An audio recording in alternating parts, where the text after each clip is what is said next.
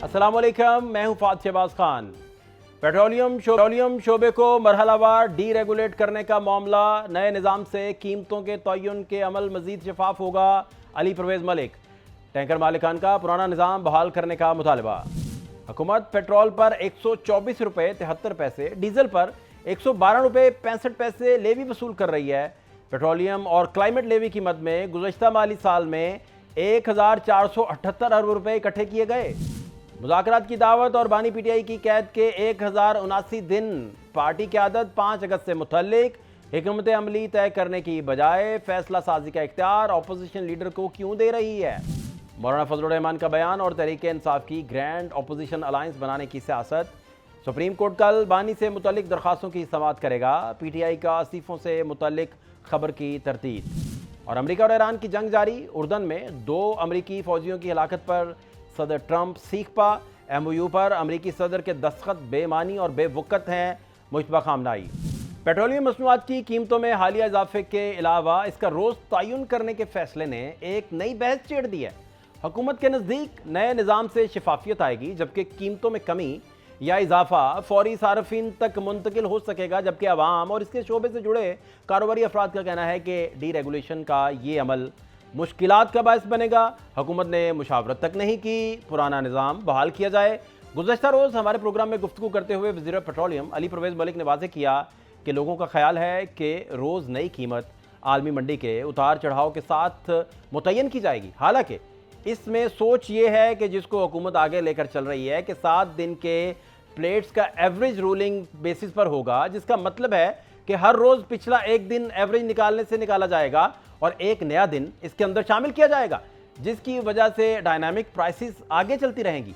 वज़ीर पेट्रोलियम के मुताबिक ये नहीं हो सकता कि किसी दिन 50 रुपये इजाफा हो गया या किसी दिन 50 रुपये कमी आ जाए। ओगरा डी रेगुलेशन से मुतल्लिक मामला की निगरानी करेगा, जिससे कीमतों के तयन का अमल मजीद शफाफ होगा। हुकूमत एक तरफ पेट्रोल, डीजल और मिट्टी का तेल महंगा कर रही है और साथ में पेट्रोलियम लेवी की मद में रेवेन्यू भी इकट्ठा कर रही है। गुज़श्ता माली साल के 11 महीनों में पेट्रोलियम और क्लाइमेट लेवी की मद में हुकूमत ने 1478 अरब रुपये जायद वसूल किए थे, जिसकी वजह से बजट खसारा 33.4 खरब रुपए तक महदूद रहा, जो जीडीपी का 2.6% बनता है। हुकूमत इस वक्त पेट्रोल पर 124.73 और डीजल पर 112.65 रुपये लेवी ले रही है। पेट्रोलियम मसनूआत में हालिया इजाफे की वजह से अशाए खोरोनोश की कीमतों के अलावा बसों और ट्रकों के किराए में भी इजाफा हुआ है और महंगाई की शरह जो जून में 11.1% थी और सालाना बुनियादों पर ये 7.05% तक आ चुकी थी। IMF ने रवा माली साल में इसकी औसतन शरह 8.4% तक रहने का इम्कान जाहिर किया है। लेकिन जिस तरह से पेट्रोलियम मसनूआत की कीमतें बढ़ रही हैं, और इससे ये अंदाज़ा लगाना शायद मुश्किल हो कि मुस्तकबिल करीब में महंगाई में किस शरह से इजाफा होगा। और ऐसी सूरत हाल में जब मुल्क अभी तक गंदम आटा बहरान से नहीं निकल पाया और वहाँ मईशत का पहिया आखिर कैसे चलेगा, और पेट्रोलियम सेक्टर की डी रेगुलेशन हमें कैसे और क्यों कर मुआशी दलदल से निकाल सकेगी। इसी हवाले से बात करने के लिए मिफ्ता इस्माइल साहब साबिक वज़ीर ख़जाना हैं, अवाम पाकिस्तान पार्टी के सेक्रेटरी जनरल हैं। बहुत शुक्रिया मिफ्ता भाई वक्त देने के लिए। मिफ्ता भाई, ऑयल टैंकर्स जो एसोसिएशन है उसने वफाकी वज़ीर पेट्रोलियम को हंगामी ख़त अरसाल किया है और उनका कहना है कि रोज़ाना की बुनियादों पर कीमतों के तयन पर एक तो शदीद उन्होंने तहफ़्फ़ुज़ात का इज़हार किया, दूसरा ख़त में ये मौक़िफ़ इख्तियार किया गया है कि डेली प्राइसिंग का जो निज़ाम है वो टैंकर इंडस्ट्री के लिए शदीद माली नुकसानात का बायस भी बनेगा और इस कारोबार को चलाना मुश्किल हो जाएगा। इसलिए उन्होंने अपने बहुत सारे ख़दशात बताए हैं। अब मेरा आपसे ये बड़ा डायरेक्ट सर सवाल है कि ये फ़ैसला अक्सर इकॉनमी के एक्सपर्ट आप भी हमेशा गाइड करते हैं कि हुकूमतों को इस तरह के जो कीमत का तयन है उसमें से बाहर निकलना चाहिए, मार्केट को ओपन छोड़ना चाहिए, अच्छा कंपटीशन आएगा। लेकिन इसके साथ साथ फिर बहुत सारे खदशात भी जुड़े हुए हैं। मैं सबसे पहले तो यही जानना चाहूँगा कि इस खत पे आपका क्या रिस्पॉन्ड है, गवर्नमेंट के इस फैसले पे आपका क्या रद्द-ए-अमल है? देखिए, ऑयल टैंकर्स जो तेल लेकर जाते हैं कराची से अब कंट्री या मुल्तान की रिफाइनरी से आगे, उनका ताल्लुक कीमत से तो कुछ नहीं है। उनको तो उनका मुआवजा मिलता है, तो उससे क्या फ़र्क पड़ता है इनको कि रोज़ की प्राइसिंग हो रही हो या हफ्ते में एक मरतबा हो रही हो या 3 साल में एक मरतबा हो रही है। उनको तो उनका मुआवजा मिलता है। ٹھیک. दूसरी बात यह है कि एक पाकिस्तान में वाइट ऑयल पाइपलाइन लगी है, वाइट से मुराद रिफाइंड ऑयल पाइपलाइन लगी है, जिसके अंदर आप डीजल और पेट्रोलियम प्रोडक्ट जो है वो पोर्ट से डाल सकते हैं और अब कंट्री तक ले जा सकते हैं, और वो 40% खाली पड़ी रहती है. यानी कि उसमें इतनी गुंजाइश है कि हम ये टैंकर्स के बगैर उसको भेज सकते हैं, लेकिन और वो हमको बहुत सस्ता पड़ता है. पीएसओ के लोग और बहुत सारे और लोग जो स्टेक होल्डर्स मिले होते हैं, और ये जो और इसमें बहुत सारी रिफाइनरीज गलत बयानी भी कर रही होती हैं कि वो माल जो है वो नीचे बेच रही होती हैं, साउथ में कम पैसे उनके लग रहे होते हैं, लेकिन वो गलत बिलिंग करते हैं और नॉर्थ का दिखा के वो ज़्यादा पैसे हमसे ले जाते हैं. सो मैं नहीं समझता कि इसके ऊपर हमको इतना वजन देना चाहिए. हुकूमत को अपनी स्टेट पे पोजीशन पे खड़ा होना चाहिए. ये असल में जो डर इनको लग रहा है, ये चाहे वो पेट्रोल पंप्स वाले हों, चाहे वो ऑयल मार्केटिंग कंपनी वाले हों, या वो टैंकर वाले हों, या ऑयल रिफाइनरी, इनको ये डर लग रहा है कि जब फ्री मार्केट पे चले जाएंगे तो इस वक्त जब हुकूमत इनको हमेशा बचाती है कंपटीशन से और आवाम से ज़्यादा पैसे निकलवा के इनको देती है, वो किस तरह ख़त्म ना हो जाए. अच्छा, मैं दूसरी बात ये पूछना चाह रहा हूँ कि एक टैंकर जब ज़ाहिर बात है कराची से चलेगा, 3 दिन में लाहौर पहुँचेगा, तो 10 रुपये पेट्रोल की कमी हो चुकी होगी. तो पहले तो गवर्नमेंट उसकी गारंटर होती थी, जैसे आप फरमा भी रहे हैं. तो अब इस मैकेनिज़्म को कैसे गवर्नमेंट ट्रीट कर पाएगी, ओगरा इन चीज़ों को फिर इम्प्लीमेंट कैसे कर पाएगा? देखिए, अगेन इससे टैंकर वाले का कोई ताल्लुक नहीं है. अब आप ये बात कर रहे हैं कि ऑयल मार्केटिंग कंपनी जो तेल बेच रही है वो पेट्रोल पंप तक पहुंचता है, अगर उसके दरमियान कीमत गिर जाए तो क्या होगा, ठीक है, या कीमत बढ़ जाए तो क्या होगा. तो भाई किसी ने नफा रखना है और किसी ने नुकसान भी रखना है. अब ये ऑयल मार्केटिंग कंपनी और पेट्रोल पंप वालों की आपस की डील है कि जिस दिन वो चलेगा तो गंदम का कारोबारी जो होता है वो इसका नफा नुकसान लेता है, सब्जी का कारोबारी भी इसका नफा नुकसान लेता है. पंजाब की मंडियों से जब आलू निकलता है या प्याज निकलती है तो कीमत कुछ और होती है, कराची की मंडी तक पहुंचती है तो उसकी कीमत कुछ और हो चुकी होती है. तो ये तो कारोबार का हिस्सा है, इसके अंदर इनको डर किस चीज़ का है, मतलब कंपटीशन से इतना डर किस चीज़ का है. ठीक. अच्छा, दूसरा मिफ्ता भाई, आपको अच्छे से पता है कि यहाँ ज़ख़ीरा अंदोज़ी बनती है, कार्टल बनते हैं, ज़ख़ीरा अंदोज़ी होती है, फिर चीनी माफिया पे चीनी कमीशन तक बन चुके, बड़े बड़े लोग उसमें इन्वॉल्व थे. फिर गंदम जो है वो ज़ख़ीरा अंदोज़ी उसकी हो जाती है, आटा मिलना बंद हो जाता है, मर्च जो है आपको वो मिलना बंद हो जाती है. इस तरह के मसाइल बनते हैं. तो इस चीज़ को आप क्या समझते हैं कि इसका कोई कार्टल बनने का कोई ऐसा इम्कान नहीं? चूँकि हम जो स्टडी देख रहे थे 2022 में भी अगर इन पेट्रोलियम की जानिब से कोई हड़ताल की जाती थी तो गवर्नमेंट को ही सरनगू करना पड़ता था. 23 में भी ऐसा हुआ, 24 में ऐसा हुआ, फिर और भी वाक़यात हैं, आप पीछे स्टडी करते जाएं. तो इसको फिर इस नुक्ते को कैसे आप एड्रेस करेंगे, या आप समझते हैं कि गवर्नमेंट इसमें बड़े अच्छे से सर्वाइव कर जाएगी, ऐसा कार्टल इसमें बनने का कोई अंदेशा नहीं है? क्योंकि ओगरा जब एलपीजी को कंट्रोल नहीं कर पाता तो वो 308 की बजाय 380 रुपये बिक रही है लाहौर के अंदर भी, अगर आप बात कर लें. तो इसका कंपैरिजन भी प्लीज ड्रॉ कर दीजिएगा. तो कहते हैं ना कि वो एक सजदा जिसे तू गिरा समझता है, हजार सजदों से हुकूमत अवाम के ख्वाहिशात के ऊपर सरनगू कर लेती तो उसको हर जगह हर लॉबी से सरनगू नहीं करना पड़ता. तो वो क्योंकि लेजिटिमेसी नहीं है तो वो डरते हैं. सच्ची बात यह है कि अगर आप को किसी से डरने की जरूरत नहीं है, और लेकिन आप खुद लॉबीज का हिस्सा बने हुए हैं ना. देखें, पेट्रोल के अंदर जो है, चाहे वो ऑयल रिफाइनरीज को एक्स्ट्रा प्रॉफिट देना मार्च के अंदर रिफाइनरीज को, या ऑयल मार्केटिंग कंपनी को 7 मार्च को मिडिल ऑफ द पीरियड में जाके कीमत बढ़ा के देना, ये तो सब आपने तमाशे किए हुए हैं ना. ये तो आप मिले हुए हैं उन लोगों से और आप उनके साथ उनको नफा पहुंचा रहे हैं हुकूमत अवाम की जेब से डाका डाल के. ये तो ये सीधी सीधी बातें हैं. अब अगर आप फिर इनके साथ भी मिल जाएंगे, इसके अंदर भी कोई हिस्सादारी कर दें तो वो और बात है, वरना तो इसको मतलब इसमें बहस क्या है. एक ट्रक वाले का काम ये है कि भाई तुमने पॉइंट ए से माल लेके पॉइंट बी तक पहुंचा देना है. अब पॉइंट ए वाले को कितने का बेच रहा है, पॉइंट बी वाला कितने का खरीद रहा है, इससे आपका क्या सरोकार है. आप इसको छोड़ दें, वो ट्रक वाले का काम है सिर्फ ट्रांसपोर्ट करना. और अगर वो नहीं करते तो आप व्हाइट ऑयल पाइपलाइन पे कर लें, वो सस्ता पड़ेगा, लेकिन उसमें चोरी नहीं हो सकती क्योंकि लिखा होता है कि कहाँ से माल निकला, कहाँ से पहुंचा. ये कंपनियां तो कराची से माल निकाल के इधर हैदराबाद पे छोड़ देती हैं और आपसे गिरगिट के बिल ले लेती हैं. तो ये इसलिए हो रहा है ये सब कुछ. अच्छा, दूसरा मिफ्ता भाई, आप मंडी चले जाएं, किसी भी मंडी, सब्जी मंडी चले जाइए, तो वहाँ आपको डीसी रेट पे चीज़ें नहीं मिल पाती, बड़ा नामुमकिन हो जाता है, बड़ा प्रॉब्लम है. और लोग जो हैं वो रिक्शे चलाने वाला भी जो है वो पेट्रोल की कीमतों के साथ चीज़ों को लिंक करता है. इस तरह डेली जो प्राइसिंग होगी उसको मार्केट को जब आप शॉक देंगे डेली की बुनियाद पर, या उसमें चेंज आएगा, تو گڈ گورننس بھی نہیں ہوگی باقی چیزوں پہ. یعنی کہ چینی والا جو ہے وہ چینی روک کے بیٹھا ہے, آٹے والا آٹا روک کے بیٹھا ہے, مرچ والا مرچ روک کے بیٹھا ہے. اس فینومینے کو کیسے پھر ڈیل کیا جائے گا جب ڈیلی آپ پرائسنگ کو جو ہے وہ وزٹ کریں گے یا آئل کی پرائسز روز چینج ہو رہی ہوں گی؟ میرا جاننے کا یہ مقصد ہے کہ یہ جنگ کے دنوں میں اس طرح کا فیصلہ لینا, جب جنگ چل رہی ہے, تو یہ مناسب فیصلہ ہے یا امن کے دنوں میں اس طرح کے فیصلے لینے چاہیے؟ دیکھیں گزارش یہ ہے کہ جب پیٹرول کی قیمتیں آپ نے ہفتے سے 2 ہفتے سے 7 دن کری تھی, 15 دن سے 7 دن کری تھی, تو آپ نے کمپنیز کو فائدہ دیا تھا. اب جب کمپنیز کا تھوڑا سا نقصان ہو رہا ہے تو وہ چلا رہے ہیں, تو آپ نے ظاہر ہے کہ ان کی ڈیمانڈ کو پورا کرنا ہے, کیونکہ ہم کمپنیز کے ساتھ ہماری حکومت چلتی ہے, لوگوں کے ساتھ تو نہیں چلتی.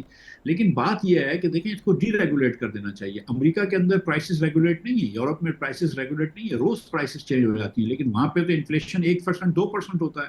وہاں تو روز ٹماٹر کی قیمت نہیں بڑھ رہی ہوتی ہے, روز رکشے کی قیمت نہیں بڑھ رہی ہوتی ہے, ٹرانسپورٹ کی. تو یہاں پہ یہ بڑھنے کا مسئلہ یہ ہے کہ حکومت اس میں انٹرفیئر کرتی ہے. اب میں تو یہ نہیں سمجھتا کہ کسی ڈپٹی کمشنر کو یہ حق بھی ہونا چاہیے کہ وہ ڈیسائیڈ کرے کہ آلو کی قیمت کتنی ہونی چاہیے یا پیاز کی قیمت کتنی ہونی چاہیے. ان کو کیا, ان کو سمجھ آتی ہے. ایک جو پنجاب کے اندر ایک کاشتکار جو ہے وہ تھوڑا سا بیچارہ ٹماٹر پیدا کرتا ہے, اس کو کتنے لوگوں سے ڈیل کرنا پڑتا ہے, آڑھتیوں سے ڈیل کرنا پڑتا ہے. تو ٹماٹر ایک ٹرک والے کو دبا کے لگا کے دیتا ہے, پھر وہ جا کے لاہور کی یا کراچی کی منڈی میں پہنچتا ہے. وہ منڈی والے کے اوپر سے آپ نے بھتے لیے ہوئے ہوتے ہیں, اس کا جو ٹھیلا لگا ہوتا ہے اس سے آپ نے پیسے لیے ہوئے ہوتے ہیں, پھر اس کو جا کے بیچنا پڑتا ہے. یہ ڈی سی صاحب جو ہیں یہ سارے حساب کر لیتے ہیں, یہ تو چیف منسٹر کے حکم پہ پرائسز سیٹ کرتے ہیں. تو ایک تو یہ ہے کہ ہم کو حکومت کے زاویے کو یا اور حکومت کے فٹ پرنٹ کو چھوٹا کرنا چاہیے, اور ہر جگہ پہ ڈی سی صاحب کو نہیں عقل ہے کہ کیا ریٹ ہونا چاہیے ٹماٹر کا, مارکیٹ کو ڈیسائیڈ کرنے دیں. اور اسی طرح پیٹرول کے اندر بھی میں معذرت کے ساتھ کہہ رہا ہوں کہ یہ جو ہمارے وزراء اور اوگرا کے چیئرمین بیٹھے ہیں, ان کو نہیں ہے یہ سمجھ کے قیمت کیا ہونی چاہیے. یہ مارکیٹ کو ڈیسائیڈ کرنے دیں, یہ کم ہو جائے گی, میں آپ کو گارنٹی کر رہا ہوں کہ یہ کم ہو جائے گی. آپ نے جو پیٹرول پمپ کو 7-8 روپے دیے ہوئے ہوتے ہیں, آپ نے جو آئل مارکیٹنگ کمپنیز کو دیے ہوئے ہوتے ہیں, جو آپ نے آئی ایف اے ایم کے پورے پاکستان میں ایک ریٹ پہ بکے, اس پہ جو آپ نے 12-13 روپے لگائے ہوتے ہیں, جو آپ نے ایکسچینج ریٹ کے پیسے لیے ہوتے ہیں, سارے کے سارے جو ہیں یہ چوریاں ہیں. یہ سارے کے سارے کے اندر چوریاں ہیں, اس کے سارے زیادتی کے پیسے ہیں. اور جب آپ فری مارکیٹ کر دیں گے تو یہ کم ہو جائے گا. اور حکومت کے پاس ایک بہت بڑا ایڈوانٹیج ہے, اور وہ یہ ہے کہ سب سے بڑی آئل مارکیٹنگ کمپنی جو ہے وہ پی ایس او حکومت کی کمپنی ہے. اس کمپنی کو اگر حکومت استعمال کرتی ہے تو اس سے وہ پرائس کو کم کر سکتی ہے. پی ایس او کو کوئی ضرورت نہیں ہے کہ پرائس گاؤجنگ کرے یا قیمتیں زیادہ کرے. ٹھیک ہے, پی ایس او کچھ دن تک قیمتوں کو اسٹیبل کرنے کی مارکیٹ میں یہ وسعت رکھتی ہے. تو پی ایس او سے یہ کریں, پروڈکٹ اس سے امپورٹ کروائیں, اور اس کو آپ تھوڑا سا کمپنسیٹ کر دیں. بہت سال پہلے ہو جانی چاہیے تھی, پتہ نہیں کیوں یہ نہیں کر رہے ڈی ریگولیشن. ٹھیک ہے. اچھا مفتاح بھائی, یہ تو آپ نے بتا دیا کہ مارکیٹ فری ہو جائے گی, اوپن مارکیٹ ہو جائے گی, پیٹرول کی قیمتیں نیچے آ جائیں گی, لیکن گورنمنٹ جو پر لیٹر 40% اس پہ ٹیکس وصول کر رہی ہے, اس کو وہ نہ تو وڈرا کرنے کو تیار ہے, وہ لیوی بھی اس پہ بڑھا رہی ہے. پچھلے سال کا لیوی کا ہدف 100 ارب روپیہ زیادہ کمانے کے باوجود بھی لیوی کا معاملہ جو ہے وہ سٹیبل بھی نہیں ہے اور وہ بڑھتا جا رہا ہے. اب 40% جب ٹیکس وہ وصول کرے گی تو کتنی قیمتیں فری مارکیٹ سے کم ہو جائیں گی, جب گورنمنٹ ادھر سے کشن دینے کو تیار ہی نہیں ہے؟ اچھا, اب یہ بات جو آپ نے فہد بھائی کی ہے نا, یہ آپ نے ساری بات کی ایکچولی اس کو کوزے میں بند کیا. لیکن سچی بات یہ ہے کہ اس وقت اگر آپ ایک مہنگی کروڑوں روپے کی مرسڈیز گاڑی خریدیں, جیسے پنجاب گورنمنٹ نے بھی 4 بلٹ پروف مرسڈیزیں لی ہیں سپوزٹلی, اور اس کے اوپر اگر آپ پرائیویٹ سیکٹر کے اندر بھی اگر ایک مرسڈیز خریدتے ہیں تو 18% سیل ٹیکس لگتا ہے.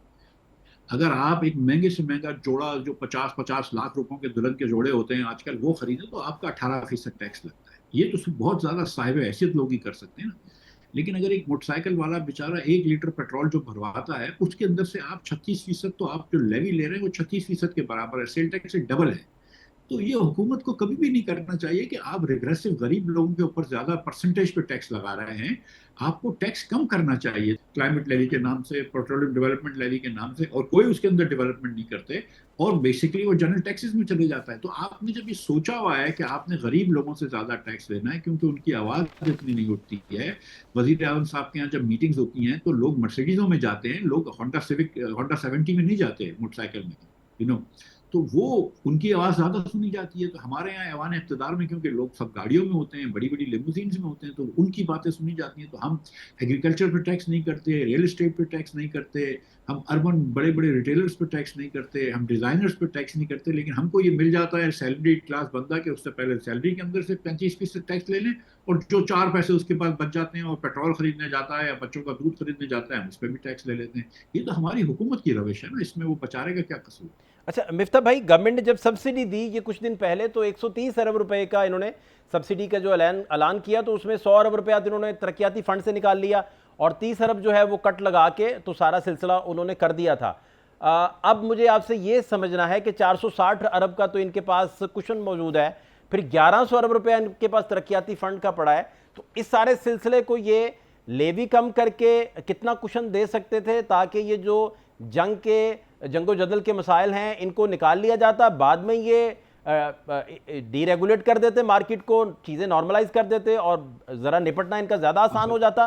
اور اس کو آپ کیسے کرتے ہیں؟ اور گورنمنٹ کے پاس کشن ہے کس کس جگہ پہ جو 40% وہ ٹیکس لے رہی ہے؟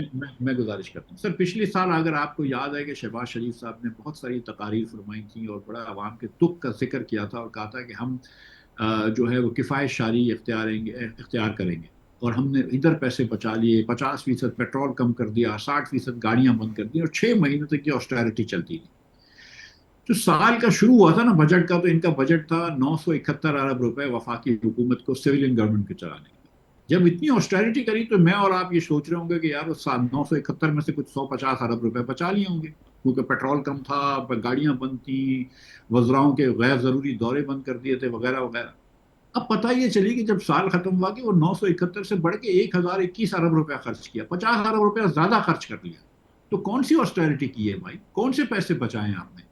اور جہاں تک پی ایچ ڈی پی کے جو کہہ رہے ہیں کہ 100 ارب روپے بچا لیے، سچی بات یہ ہے کہ کبھی زندگی میں انہوں نے 700-800 ارب روپے سے زیادہ پی ایچ ڈی پی پہ خرچ ہی نہیں کر پائے، کبھی اس سے زیادہ ان سے خرچ ہی نہیں ہوتا، کیپیسٹی نہیں ہے اتنے پروجیکٹس کرنے کی کہ وہ کر سکے، تو اس لیے وہ کم کیا ہے۔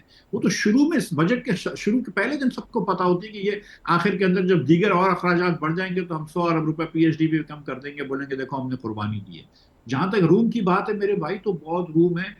آپ اس وقت بھی دیکھ لیجئے کہ کتنے وزراء باہر ہیں، آپ یہ دیکھ لیجئے کہ کتنی حکومت کی گاڑیاں چل رہی ہیں، کتنا پیٹرول چل رہا ہے۔ یہ K4 کراچی میں جو پائپ لائن بن رہی تھی وہ 40 ارب کی تھی، اب 400 ارب کی ہو گئی، پائپ لائن نہیں بنی ہے۔ تو یہ حکومتوں کے پاس تو بہت پیسہ ہے، مطلب یہ جو غریب ہے وہ پاکستانی عوام ہے، حکومت نہیں ہے۔ بہت شکریہ مفتاح اسماعیل صاحب، سابق وزیر خزانہ اور عوام پاکستان پارٹی کے سیکریٹری جنرل، بڑی ڈیٹیل سے اپنا پوائنٹ آف ویو دے رہے تھے۔ پروگرام میں ایک شارٹ بریک شامل کریں گے، ہمارے ساتھ رہیے۔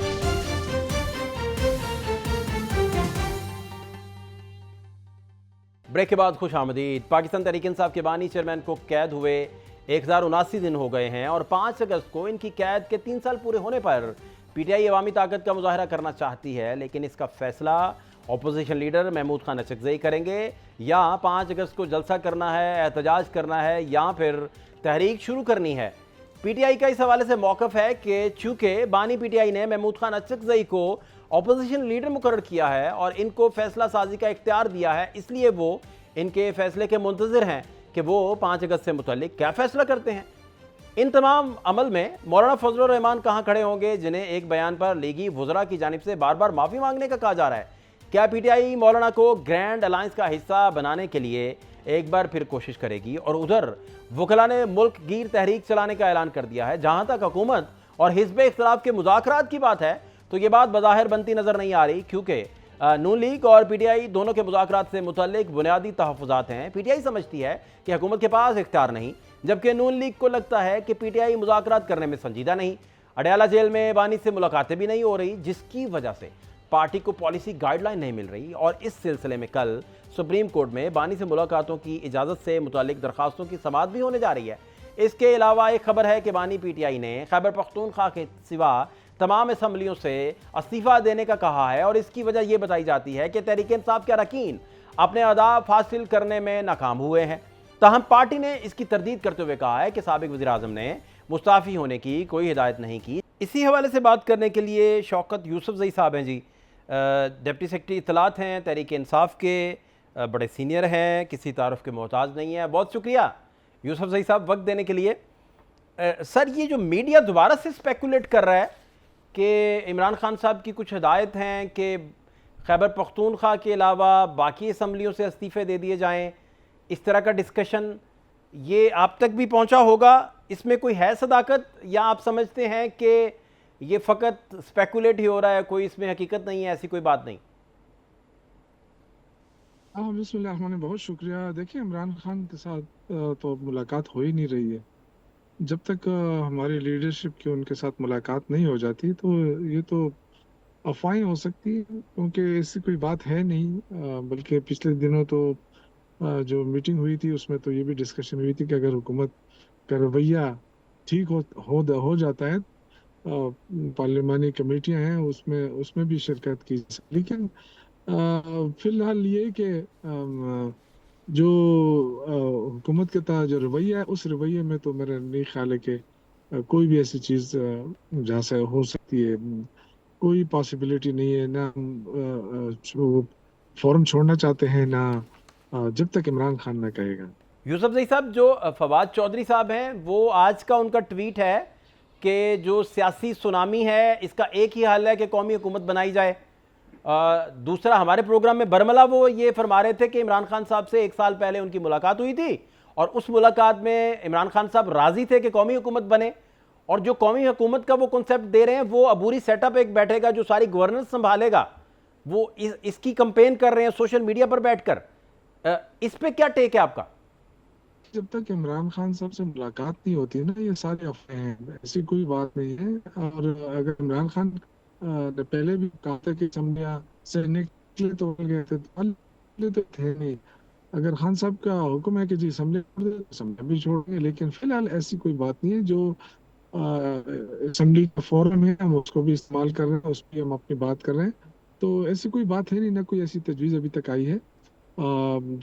اسپیکولیشنز ہو سکتی ہیں, لوگ قومی حکومت کی جو بات ہوتی ہے یا اس طرح کی, تو یہ آئی تھنک کہ یہ حکومت تو ناکام ہو گئی ہے. مطلب یہ جہاں سے بھی یہ اسپیکولیشنز ہو رہی ہیں قومی اسمبلی کی یا قومی حکومت بنانے کے حوالے سے جو تجاویز آ رہی ہیں, اس کا مطلب یہ کہ یہ حکومت ڈیلیور نہیں کر سکی ہے. جو اسٹیبلشمنٹ کے سہارے پہ بنی حکومت تھی یہ ناکام ہو گئی ہے. معاشی طور پہ بھی یہ کوئی خاص کارنامہ انجام نہیں دے چکی ہے, صرف قرضے بڑھائے ہیں انہوں نے. آج پیٹرول کی قیمت دیکھیں, ڈیزل کی قیمت دیکھیں, آپ بجلی کی قیمت دیکھیں, تو کوئی انویسٹمنٹ کرنے کے لیے بھی تیار نہیں ہے. تو ملک کا جو فیوچر ہے معاشی طور پہ بھی دیکھا جائے, سیاسی طور پہ بھی دیکھا جائے, تو کوئی اچھا نہیں لگ رہا ہے. آزاد کشمیر کے جو اس وقت صورتحال ہے اس میں بھی حکومت ناکام ہو گئی ہے. مطلب یہ ہے کہ آپ صرف ڈنڈا چلا کے جو ہے نا وہ حالات کو ٹھیک نہیں کر سکتے جب تک آپ کے پاس کوئی ویژن نہ ہو. تو اس حکومت کا تو کوئی ویژن ہے نہیں. انہوں نے بڑے دعوے کیے تھے, اڑان پاکستان ایک وہ شروع کیا تھا, وہ کہاں ہے؟ کتنے کارخانے لگے ہیں اس کے بعد؟ نہیں, اور یہ آپ جو کی باتوں کا انویسٹمنٹ کے یہ حوالے مطلب سے لیا جائے کہ بانی پی ٹی آئی بھی چاہتے ہیں کہ قومی حکومت بن جائے اور یہ گورنمنٹ گھر چلی جائے؟ نہیں دیکھیں, اس حکومت قومی حکومت اور یہ چیزیں بنانا جو ہے نا, یہ اس مسئلے کا حل نہیں ٹھیک. ہے. بانی پی ٹی آئی کبھی بھی ایسا نہیں سوچ رہے ہیں. اس حل صرف یہ ہے کہ فریش فیئر فری الیکشن کرایا جائے. اس ملک کا واحد مسئلے کا حل یہی ہے کہ آپ آزادانہ اور غیر جانبدارانہ شفاف الیکشن کرایا جائے. یہ ہی اس ملک کو سنبھالا دے سکے. ادروائز یہ دیکھیں جتنے بھی ڈمی لیڈرشپ آپ بٹھائیں گے اس کا نتیجہ یہی ہوگا جو اس وقت ہو رہا ہے. گلگت بلتستان میں آپ کو دھاندلی کرانی پڑی, آپ کو 2024 کے الیکشن میں دھاندلی کرنی پڑی, اور آج جو کشمیر کے الیکشن کی جو باتیں ہو رہی ہیں وہاں پہ بھی دھاندلی کی باتیں سننے میں آ رہی ہیں. تو نہیں, اس طرح یوسف تو زئی صاحب, نظام نہیں سب سے چلتا. پہلے تو 18 کے الیکشن پر سوال اٹھا تھا عمران خان صاحب کا آر ٹی ایس بٹھانے کا, پھر اس سارے ڈیزائن کے بینیفیشری عمران خان صاحب خود تھے. پھر اس دوران جو میڈیا سے ہوا, میڈیا ورکرز کے ساتھ ہوا, جو لوگوں کے ساتھ ہوا, بہت سارے ریکارڈ پہ چیزیں ہیں. میں اس دن بھی سر عرض کر رہا تھا آپ کی خدمت میں کہ مطیع اللہ جان اٹھائے گئے تو پتہ ہی نہیں چلا. عمران خان کہتے ہیں کون مطیع اللہ جان, یہ باتیں بھی ہوئی تھیں اس وقت. دیکھیے, آپ کو پتہ ہے کہ جو لوگ کرتے رہے ان چیزوں کو, تو ڈیفینیٹلی عمران خان کو نہیں پتا تھا, نہ ہی ہماری کوئی پالیسی ایسی تھی کہ ہم میڈیا کے خلاف کوئی کام کریں. لیکن وہ ظاہر ہے, آپ کو پتہ ہے جو ادارے یہ کر رہے تھے وہ اس کے رسپانسیبل تھے. لیکن ہم نے کبھی بھی پرائم منسٹر عمران خان نے کبھی بھی صحافیوں کے خلاف کریک ڈاؤن کا نہیں کہا. جبکہ یہاں تک کہ ہم جب بھی, کیونکہ میں میڈیا کمیٹی میں تھا, تو میڈیا کمیٹی میں ہمیں یہ کہا جاتا تھا کہ میڈیا کے خلاف کوئی بات نہ کی جائے. تو میرے خیال ہے کہ اس میں تھوڑے سے ہم سے غلطیاں تو ہوئی ہوں گی, اس میں کوئی شک نہیں ہے. हमारी यही कमजोरी रही थी कि उस पर फोकस नहीं कर सके, हम जो कर रहे थे उनको रोक नहीं सके। लेकिन जो आज हो रहा है ना, वो तो बिल्कुल आप देखें ना, सिस्टम बिठा दिया गया है। इमरान खान के केसेस नहीं लग रहे, माशी तौर पर वालिया होने के करीब है। ये जो दावे हो रहे थे कि हमने मईशत को उठाया है, मईशत को नहीं उठाया है, आपने कर्जे लिए हैं, और ये कर्जे आपके पास कर्जा वापस करने के आप अहल भी नहीं है। तो आप अंदाजा करें, आपके लोग, हमारे पाकिस्तानी यूएई के साथ हमारे ताल्लुकात थे, वहाँ पे लोग कारोबार करते थे, आज वो लोग भी वहाँ से बेदखल किए जा रहे हैं। तो शुक्रिया मुल्क शौकत के अंदर यूसुफजई साहब जी, डिप्टी सेक्रेटरी इत्तलात पाकिस्तान तहरीक इंसाफ, बड़ी डिटेल से अपना पॉइंट ऑफ व्यू दे रहे थे। प्रोग्राम में शॉर्ट ब्रेक शामिल करेंगे, हमारे साथ रहिए।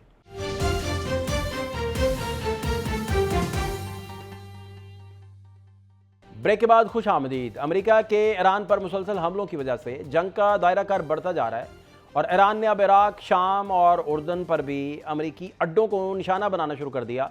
गुज़श्ता शब भी अमेरिकी फ़ौज ने ईरान के शहरों सीरक और हाजियाबाद पर मिसाइल दागे, जिसके जुमे को उर्दन में अमेरिकी फ़ौजियों पर हमला करने वाली ईरानी फोर्सेस को भी निशाना बनाने का दावा किया गया। 17 जुलाई को उर्दन में 2 अमेरिकी फ़ौजी मारे जाने पर ट्रंप ने इंतहाई अफसोस का इजहार करते हुए इसे अफसोसनाक करार दिया और सेंट्रल कमांड को हुक्म दिया कि वो ईरान पर जहन्नुम के दरवाजे खोल दे। न्यूयॉर्क टाइम्स के मुताबिक गुज़श्ता 5 रोज़ में ईरान ने उर्दन पर अमेरिकी अफवाज पर 4 बड़े हमले किए हैं, जिसमें 2 फौजी हलाक हुए और दर्जनों जख्मी हुए, जबकि 1 फौजी लापता है। इसके अलावा मुतअद्दिद हेलीकॉप्टर्स को भी नुकसान पहुंचा। अमेरिकी अखबार के मुताबिक पासदारान इनकलाब के ये हमले जाहिर करते हैं कि ईरान की अमेरिका की फ़िज़ाई दिफाई निज़ाम को चकमा देने की सलाहियत बढ़ चुकी है और अमेरिकी हमलों के जवाब में ईरान ने कुवैत में अमेरिकी फ़ौजी अड्डों के अलावा पैट्रियट फ़िज़ाई दिफाही निज़ाम के रडार को भी निशाना बनाने का दावा किया है। ईरान के खिलाफ जंग में अब तक 16 अमेरिकी फ़ौजी मारे जा चुके हैं, जबकि 420 से ज़ायद फ़ौजी ज़ख्मी हो चुके हैं। रूसी मीडिया के मुताबिक पेंटागन के हुकाम हैरान हैं कि तेहरान किस तरह हसास अहदाफ को इंतहाई दुरुस्ती से निशाना बना रहा है। ब्लूमबर्ग में शाया होने वाले एक तज़किये में कहा गया है कि अमेरिकी फ़ौजी ताकत ईरानी मनसूबा बंदी के सामने बेबस हुई है। वाज़ेह जंग की हिकमत अमली के बगैर अमेरिकी मुहिम मुश्किलात का शिकार है। ब्लूमबर्ग के मुताबिक आलमी सुपर पावर होना आसान फतह की ज़मानत नहीं होती और फ़ौजी ताकत के साथ सियासी हिकमत अमली भी नागुज़ीर होती है। जबकि CNN का अपनी तज्जियाती रिपोर्ट में कहना है कि ऐसा लगता है कि सदर ट्रंप ईरान में अमेरिका को एक और लामुतनाही जंग की तरफ धकेल रहे हैं। इसी हवाले से बात करने के लिए जोहर सलीम साहब जी, साबिक सेक्रेटरी खारजा हैं, किसी तारुफ के मोहताज नहीं। बहुत शुक्रिया सर वक्त देने के लिए। सर, CNN का तो ये मानना है कि भले ये जैसे भी माउथ पीस है या जो भी है, बहरहाल उसका ये मानना है, अब माउथ पीस तो ज़्यादा अच्छा रिफ्लेक्ट करते हैं कि ट्रंप क्या सोच रहे हैं। ऐसा लगता है कि जो ट्रंप हैं वो ईरान में अमेरिका को एक और लामुतनाही जंग की तरफ धकेल रहे हैं। फिर इसी को उन्होंने मज़ीद एलेबोरेट करते हुए इस मजमून को बड़ा लंबा चौड़ा बड़ी डिटेल से उन्होंने लिखा है। आपका क्या ख्याल है? और इसे वो मिड टर्म के साथ नत्थी कर रहे हैं इस सारे मजमून को। ओवरऑल जो मामला बन रहे हैं उसे आप, इस पेशकदमी को, इन सारे हालात को आप किस तरह देखते हैं? जी देखिए, CNN जो है, आपको पता है कि प्रेसिडेंट ट्रंप जो है वो काफ़ी मुखालिफ है CNN के, क्योंकि CNN की तरफ से बहुत ज़्यादा तनकीद होती है प्रेसिडेंट ट्रंप पे।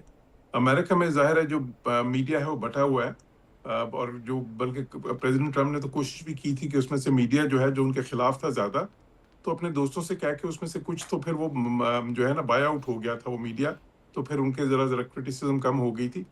CNN जो है वो उस सेगमेंट में आता है जिससे अभी तक वो खुश नहीं है। अच्छा, अब इसीलिए CNN ने ये कहा कि वो उसको लामुतनाही जंग की तरफ धकेल रहे हैं, वो कि ज़ाहिर है उनसे मुसलसल क्रिटिसिज्म हो रही है जो डेमोक्रेट्स की तरफ से है, और वही CNN जो है उस की भी वही जो है ना पॉलिसी, या समझ लें उनका एनालिसिस भी वही है। अब हो क्या रहा है इस वक्त? देखिए, इस वक्त एक हम एस्केलेशन देख रहे हैं। मैं समझता हूँ अभी भी ये कंट्रोल्ड एस्केलेशन है, ऑल्दो कि ज़ाहिर है स्ट्राइक्स, काउंटर स्ट्राइक्स हो रही हैं, और थोड़ी सी इसमें, जिस तरह मैं कहता रहा हूँ कि मिसकैलकुलेशन हो सकती है, कुछ हुई भी है। मिसाल के तौर पे जो US कैजुअल्टीज़ हुई हैं अभी जॉर्डन में, उससे वो प्रेशर ज़रा ज़्यादा आ गया अमेरिका पे कि वो अब ईरान को थोड़ा सा कॉस्ट ईरान के लिए और बढ़ा है। अब ईरान में भी ज़ाहिर है कि यही इस वक्त थिंकिंग है कि वो अमेरिका के लिए कॉस्ट बढ़ाए, ताकि वो अमेरिका को ये बताए कि हम अभी तक, हमारी कैपेसिटी है कि आपको हम सिग्निफिकेंट और मीनिंगफुल जो है डैमेज इन्फ्लिक्ट कर सकते हैं। तो ये इस वक्त एक वॉर ऑफ एट्रिशन भी है, लेकिन साथ ही साथ मैं समझता हूँ इस वक्त ये एक वो डिप्लोमेटिक कोर्शन भी है, और वो सिर्फ अमेरिका की साइड से नहीं, दोनों साइड से ही हो रही है किसी हद तक। थ्रेट्स भी आ रहे हैं, लेकिन साथ ही साथ एक्शन और रिएक्शन का भी एक साइकिल चल रही है। अब मार्केट्स देखें, उससे मार्केट्स में क्या हो रहा है। वो तेल जो है जो 70 से नीचे चला गया था, वो अब दोबारा 88 से ऊपर चला गया इस वक्त। तो अगर इसी तरह ये चीज़ चलती रही तो फिर दोबारा से 100 से ऊपर चला जाएगा। उसका प्रेशर एक अपना जनरेट होगा, जो इकोनॉमिक प्रेशर है। साथ ही साथ अमेरिका में जो दोबारा से वो जो सारी जो जंग के खिलाफ, जो कि ज़्यादातर अमेरिकन इस जंग के खिलाफ हैं, वो भी मुतहरक हो जाएंगी। सारी लॉबीज या सारे जो है ना इंटरेस्ट ग्रुप्स हैं, या राय आमा का वो सारा जो है एक इस पे ओपिनियन है, जो पब्लिक ओपिनियन है वो उसके खिलाफ मुतहरक हो जाएगा। ईरान के अंदर क्या हो रहा है? ईरान के अंदर तो इस वक्त हार्ड लाइनर्स प्रिवेल कर रहे हैं, जो है ना, जिनमें जिस तरह बाकिर जुल्कदर हैं, या मोहसिन रज़ाई हैं, या अहमद वाहिदी जो IRGC के कमांडर इन चीफ हैं, या अल-कुद्स के ब्रिगेड के कमांडर हैं, और किसी हद तक मुज्तबा खमेनाई जो है, उनकी भी स्टेटमेंट्स बहुत सख्ती आती हैं। ऑल्दो कि अभी तक वो सामने नहीं आया अवाम के उस तरह से, सिर्फ तहरीरी बयान आते हैं, न टीवी पे आए हैं, न उनकी आवाज़ भी सुनी गई है अभी तक, सिर्फ वो जो है तहरीरी बयान उनके आते हैं।